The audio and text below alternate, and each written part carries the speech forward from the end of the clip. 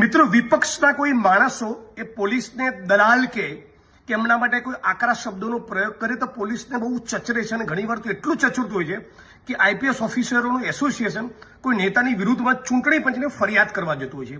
પણ ભયંકર દલાલીનો ગુજરાત પોલીસના એક જિલ્લાના પોલીસ કર્મીઓનો દલાલીનો એવો ભયંકર કિસ્સો તમારી સમક્ષ ઉજાગર કરવા માંગુ છું કે તમે માની નહીં શકો.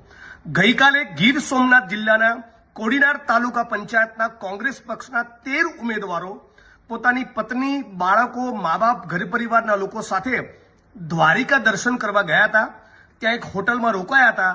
તો ભાજપને તમે કેમ વોટ નથી આપતા એવું કહીને બધા જ લોકોને દ્વારકા પોલીસે આખી રાત ઇલીગલી લગભગ કિડનેપ કર્યા હોય એ પ્રમાણે ઉઠાવી લેવા. મોટો પોલીસનો કાફલો હતો.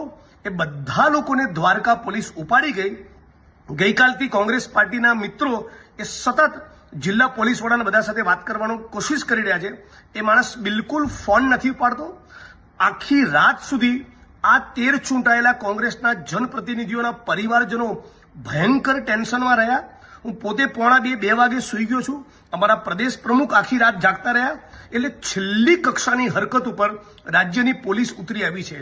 ભારતીય જનતા પાર્ટીની તાલુકા પંચાયત સીધી રીતે ના બનતી હોય તો કોંગ્રેસના ચૂંટાયેલા જનપ્રતિનિધિઓના બકાયદા કિડનેપ કરવા, ગેરકાયદેસર એમની અટકાયત કરવીને કોઈ પણ ઓફેન્સ, કોઈ પણ ગુનો દાખલ થયેલો નથી. છતાં દ્વારકા પોલીસ એ કોડીનારના બધા માણસોને ઉઠાવી લે એ કેટલી નીચ કક્ષાનું કૃત્ય છે એની આપણે કલ્પના કરી શકીએ છીએ. આવતીકાલે કદાચ અમે રાજ્યના પોલીસ વડાને મળવા જવાના છીએ. પણ રાજ્યની જનતાએ જાગવાની જરૂર છે કે કઈ હદે ભારતીય જનતા પાર્ટીની દાદાગીરી, હિટલરશાહી અને પોલીસ દમન એ ગુજરાતમાં વધી ચૂક્યા છે. હું માગણી કરું છું કે આ તમામ પોલીસ કર્મીઓની સામે કિડનેપિંગ અને એકબીજાના મેળાપીપણામાં જે કિડનેપિંગનું કૃત્ય કર્યું છે એનો ફોજદારી ગુનો દાખલ થવો જોઈએ.